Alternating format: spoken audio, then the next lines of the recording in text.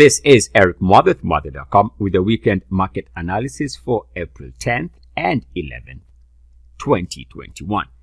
Markets here showing a little bit gain for Friday's action.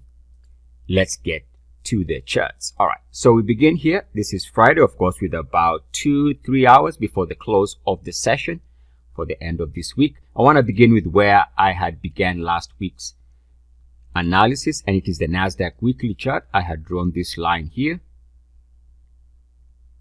from this shallow wedge, and I had discussed the fact that we had moved out of this wedge, which represents this price action here, and the market has been on fire since that weekly move. So we see that the RSI is telling us to watch this level. So what we do, we draw a line which I call the uniformity line.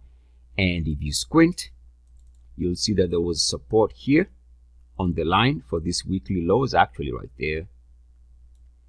And we touch this line here, kissed it with uniform action for this reversal area.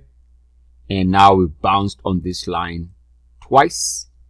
And hence the market is now attacking, or the Nasdaq is attacking, all-time high status. So, as long as the prices and the RSI is holding above the blue line, we can say that net, this market continues to be stable to outright bullish.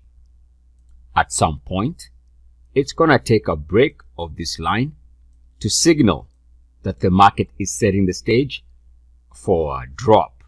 Right now, the charts are not indicating anything of that nature, and until that changes, the market is giving us stable to bullish status.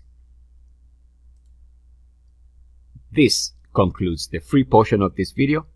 The rest of the video is for paid Moade.com clients.